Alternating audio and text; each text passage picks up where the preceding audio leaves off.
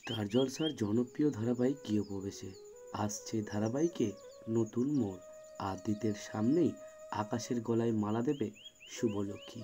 কোন দিকে এগোবে তাদের সম্পর্ক জানতে হলে দেখতে হবে টান টান উত্তেজনায় মোড়া গৃহপ্রবেশের প্রতিটি পর্ব। গল্প এগিয়েছে 1 বছর। নায়ক আদিত্য মারা যাবার খবর ছড়িয়েছে নিউ ইয়র্কে, তবে সে মারা যায়নি। দুর্ঘটনায় স্মৃতি হারিয়ে এখন কলকাতায় রয়েছে সে। অন্যদিকে ব্যবসায়ী আকাশ সেনের সঙ্গে চুক্তি হয়েছিল আদিত্যের, যা সে মারা যেতে আর কাজ এগোয়নি। গল্পের মোড়ে আকাশ সেন আসে নিউ ইয়র্কে আদিত্যের অনুপস্থিতিতে। কি এবার আকাশের সঙ্গেই ঘনিষ্ঠতা হবে শুভলক্ষ্মী, নাকি আকাশই আদিত্যকে ফিরিয়ে দেবে শুভর কাছে?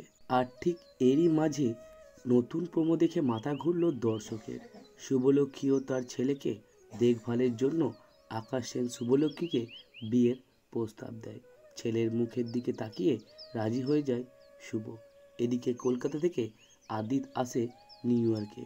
এবার কি আদিত্যের সামনেই আকাশের গলায় মালা দেবে শুভ, নাকি আদিত্যকে দেখার পর গল্পের মোড় একেবারে ঘুরে যাবে?